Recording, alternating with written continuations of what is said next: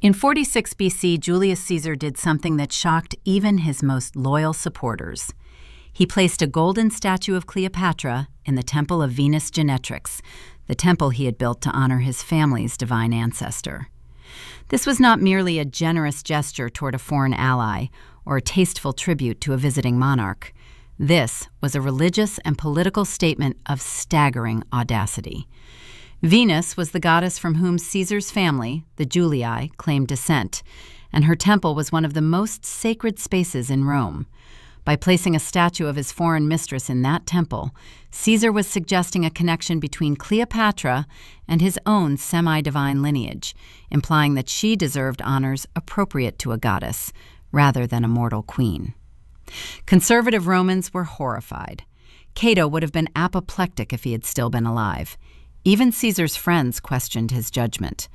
But the statue remained, gilded and impossible to ignore, a constant reminder that the most powerful man in Rome had brought his Egyptian mistress to the capital and installed her in a position of unprecedented prominence. Cleopatra lived in Rome for nearly 2 years, from 46 BC until Caesar's assassination in 44 BC, and her presence was the scandal that dominated every dinner party conversation and every political debate. She was not hiding in some discreet villa on the outskirts of the city. She was living openly across the Tiber in Caesar's villa, receiving Roman senators and foreign dignitaries, conducting herself as a queen rather than a supplicant, refusing to pretend that she was anything other than Caesar's partner in power, if not in law. Rome had never seen anything like it, and Rome did not know how to respond.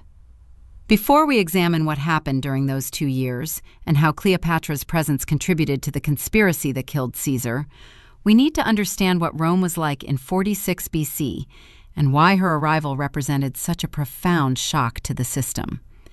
If you find stories of political scandal and cultural collision compelling, consider subscribing to join us as we explore more moments when individuals changed the course of history. Rome in 46 BC was a city in crisis, caught between its republican past and an imperial future that nobody wanted to acknowledge openly. Caesar had accumulated powers that made him effectively a monarch. He was dictator, consul, Pontifex Maximus, and holder of numerous other offices that gave him control over every aspect of government.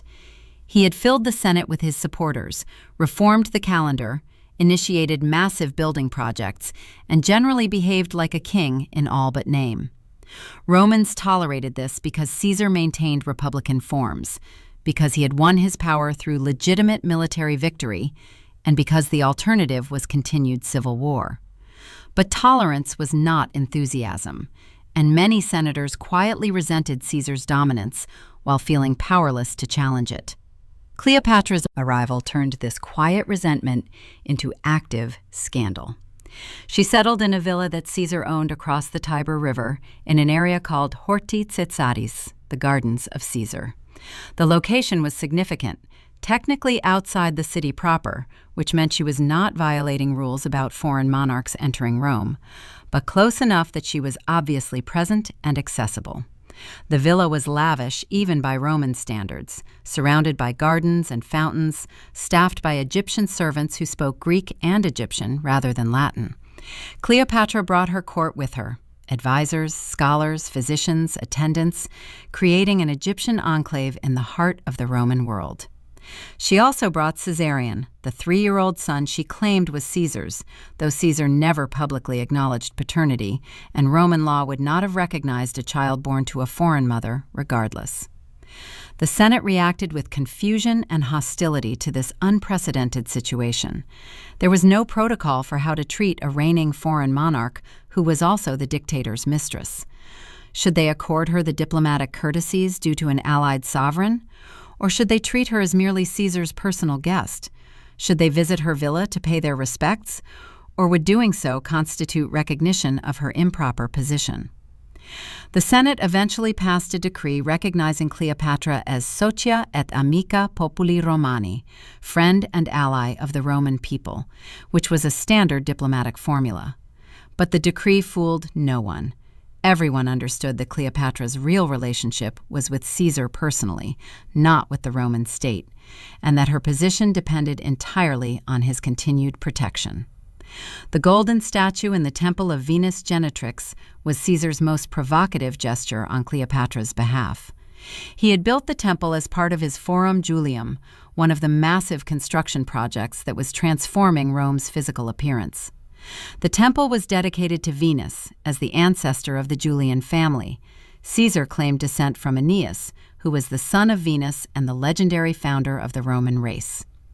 By placing Cleopatra's statue in this temple, Caesar was implying a connection between her and his own divine lineage, suggesting that she was somehow part of his family's sacred heritage. The statue was described as golden, larger than life, positioned prominently where everyone who entered the temple would see it. Some sources suggest it depicted Cleopatra as Isis, the Egyptian goddess she claimed to embody, while others indicate it showed her in Greek royal dress. The craftsmanship was reportedly extraordinary, executed by the finest sculptors available, demonstrating that this was not a hasty or temporary installation, but a permanent monument meant to endure for generations. The gold plating alone represented an enormous expense, a statement of wealth and commitment that made the gesture impossible to dismiss as a passing fancy. The placement within the temple's sacred space was the truly shocking element. This was not a statue in a public square or a garden where it might be admired as art or dismissed as decoration. This was in a temple, a religious building dedicated to divine worship, a space where the presence of anything impure or inappropriate was considered sacrilege. By placing Cleopatra's image there, Caesar was not just honoring his mistress, he was suggesting that she belonged in sacred space, that her presence among the gods was appropriate and natural, that she deserved divine honors rather than merely human respect. Regardless of the specific iconography, the message was clear. This foreign woman deserved to be honored in Rome's most sacred spaces, associated with divine power, treated as something more than an ordinary mortal. Conservative Romans saw this as blasphemy, a corruption of sacred space by foreign influence. The temple was meant to honor Rome's divine ancestors and celebrate the Julian family's connection to the city's mythological foundations. Placing a living foreign queen statue there violated every principle of Roman religious propriety. It suggested that Cleopatra was somehow comparable to Venus herself, that an Egyptian monarch deserved the same reverence as the goddess who had founded Rome's greatest family. Even Caesar's supporters questioned whether he had gone too far, whether his infatuation with the Egyptian queen was causing him to lose his judgment and his connection to Roman values. Cicero visited Cleopatra's villa and came away with a profound dislike for the queen that he expressed in multiple letters to his friend Atticus. He complained that she was arrogant, that she failed to show proper deference to Roman dignity, that she had promised to send him some books or scholars and then failed to deliver. His resentment is revealing because it shows how Cleopatra was expected to behave, humbly, gratefully, aware of her subordinate position, and how she actually behaved, which was as an independent sovereign who considered herself Caesar's equal. Cicero was one of the greatest orators and statesmen of the late Republic, a man accustomed to deference and respect. Cleopatra apparently treated him with polite courtesy but nothing more, refusing to play the role of grateful client or admiring visitor. This refusal to acknowledge Roman superiority was itself a scandal in a city where social hierarchy was everything, and where foreign visitors were expected to be overwhelmed by Roman grandeur. The presence of Caesarion added another layer of scandal and danger to Cleopatra's visit. The boy was 3 years old in 46 BC, born in June of 47 BC, approximately 9 months after Caesar and Cleopatra's time together in Alexandria. The timeline strongly suggested that Caesar was the father, and Cleopatra publicly claimed him as such, calling the boy Ptolemy Caesar and letting everyone know that he was the son of the most powerful man in Rome.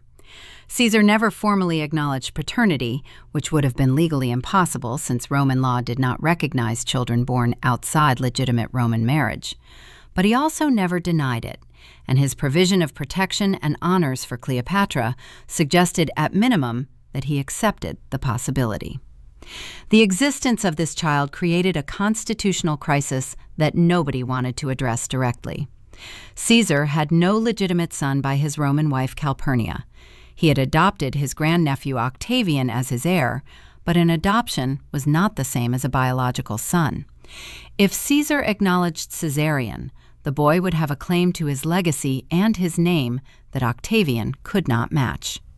The senators watching this situation develop understood that they might be witnessing the creation of a hereditary monarchy, the establishment of a royal dynasty that would end the Republic permanently. The scandal of Cleopatra's presence was compounded by how openly Caesar conducted the relationship. He did not maintain any pretense that she was merely a diplomatic visitor or a casual acquaintance. He visited her villa frequently, often staying overnight, making no effort to hide their intimacy from the Roman public or from his wife. Calpurnia had to endure the public knowledge that her husband's foreign mistress was living across the river with his son, that he spent more time with them than with her, that his affections had shifted entirely to this foreign queen.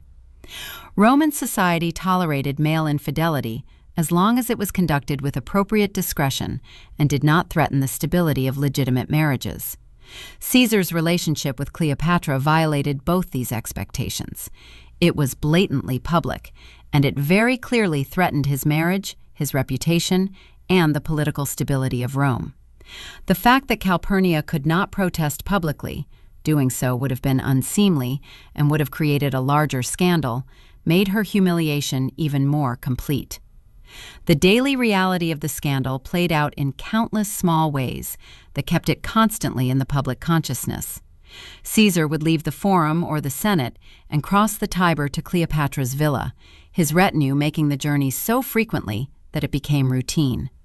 Foreign ambassadors seeking audience with Caesar often had to visit the villa to find him, creating the awkward situation where diplomatic business was conducted in the presence of his foreign mistress.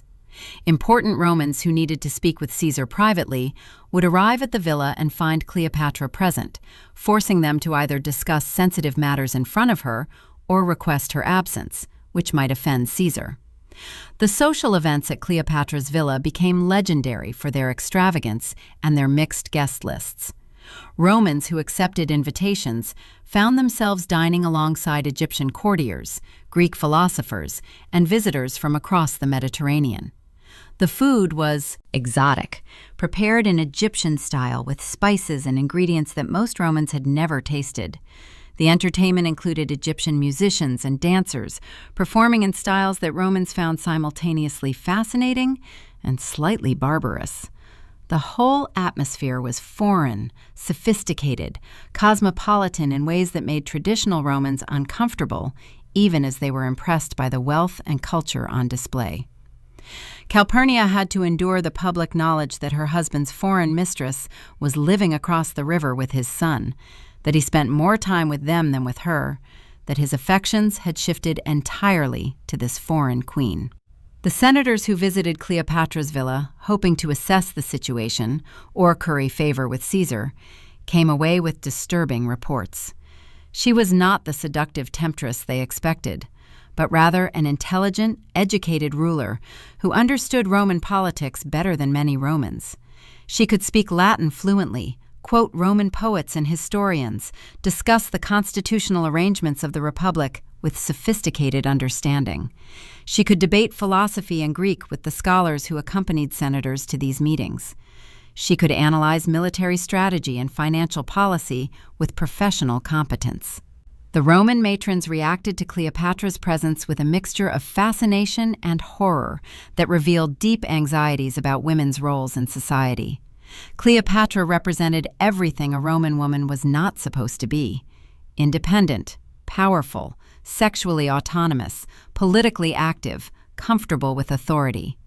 Roman women of the aristocratic class were supposed to manage households, produce legitimate heirs, and exercise influence only through their husbands, fathers, and sons. They were supposed to be modest, retiring, focused on domestic virtue. Cleopatra was none of these things. She ruled a kingdom, commanded armies, conducted diplomacy, bore a child outside marriage without shame, and lived openly as the mistress of the most powerful man in Rome.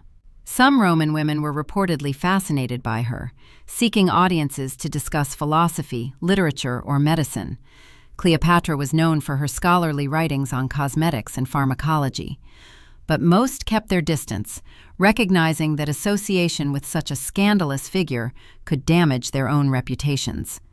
The wives of senators who visited Cleopatra had to pretend ignorance of their husbands' meetings, maintaining the fiction that this foreign queen was merely a diplomatic guest rather than a political actor who might shape their futures.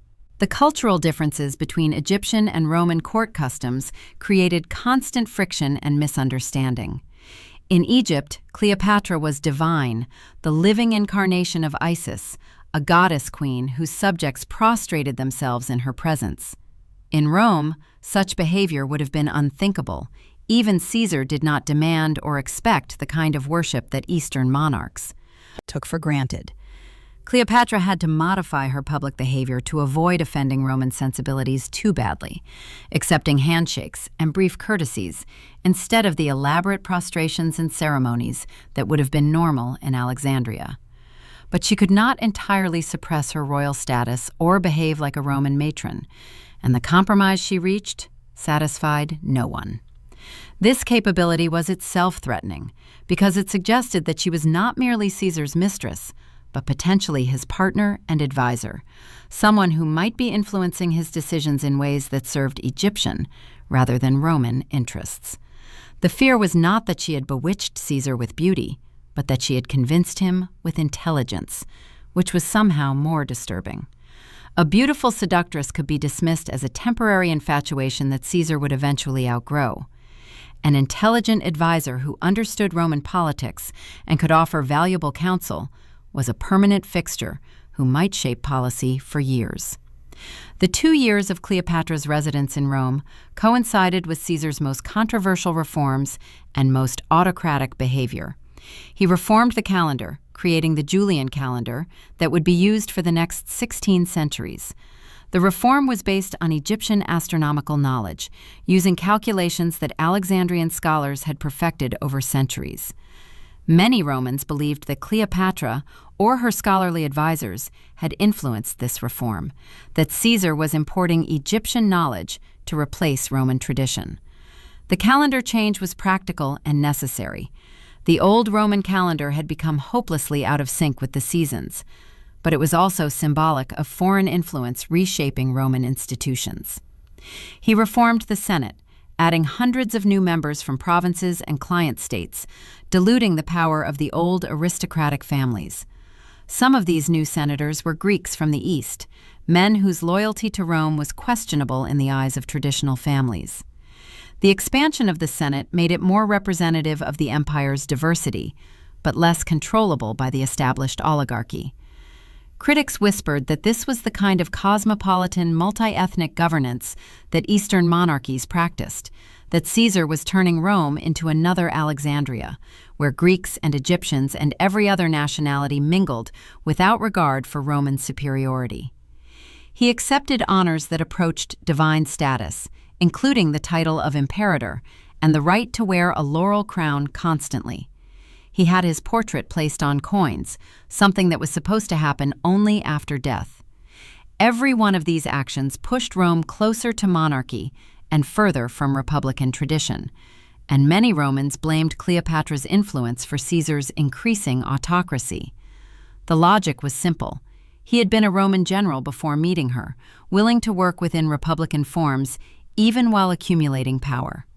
After Alexandria, after their time together, after her arrival in Rome, he had become something different, something more Eastern, more monarchical, more willing to violate Roman tradition for personal power.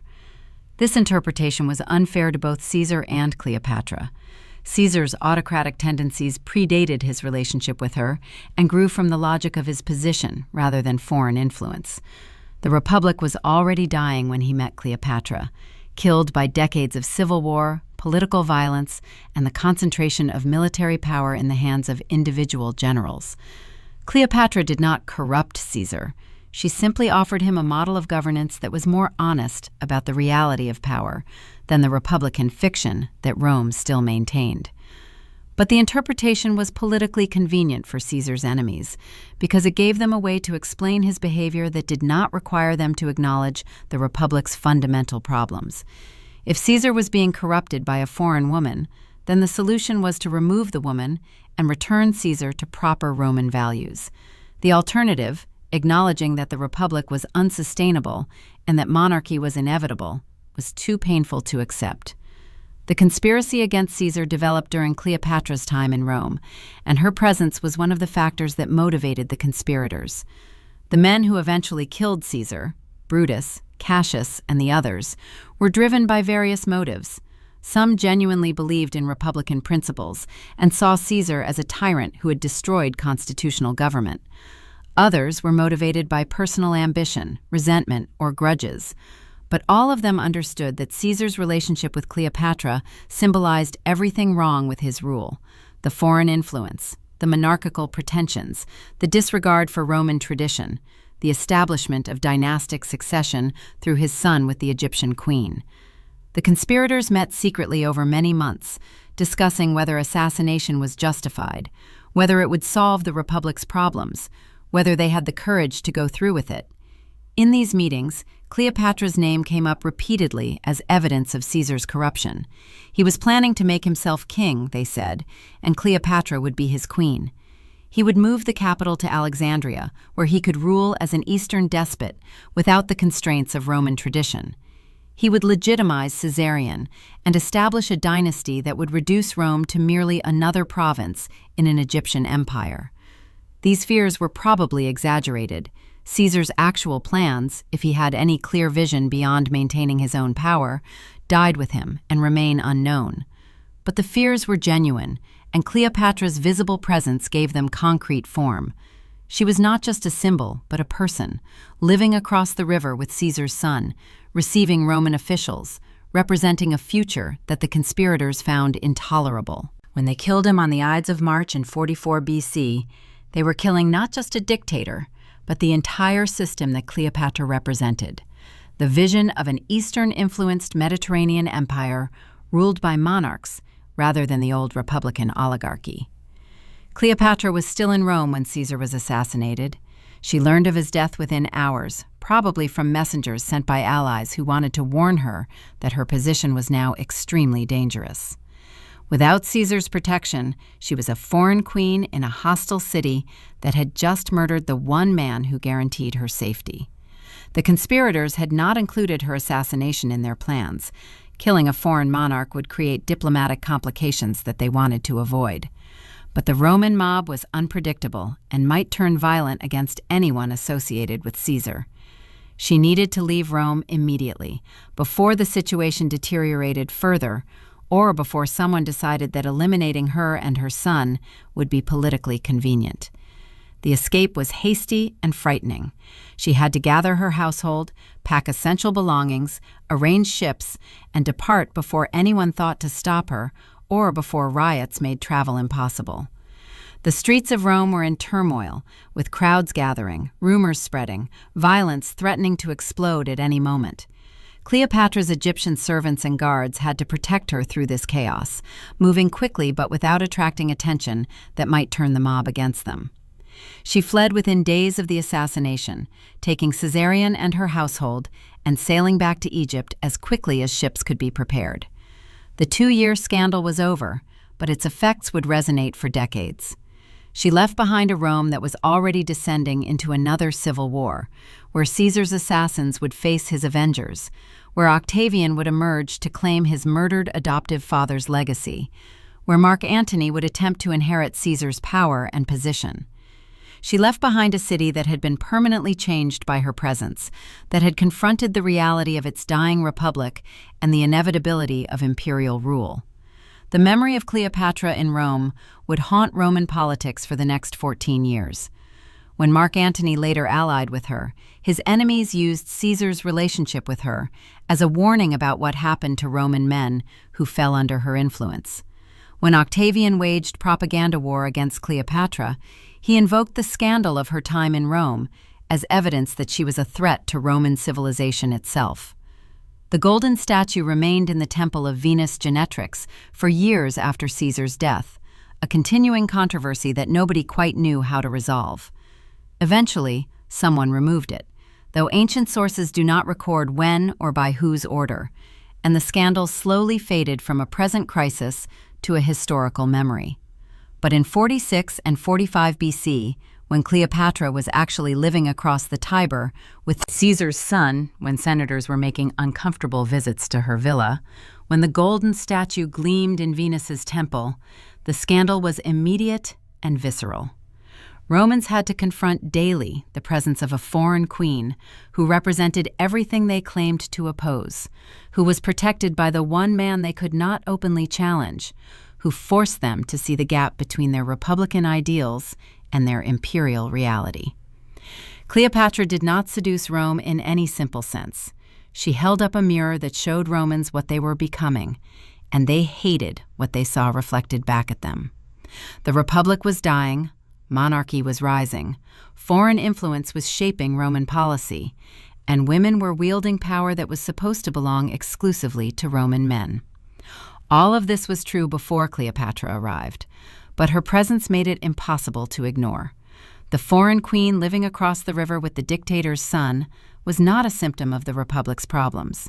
She was the mirror that reflected those problems so clearly that even Romans who wanted to look away could not help but see their own image staring back at them, transformed into something they barely recognized and could not accept.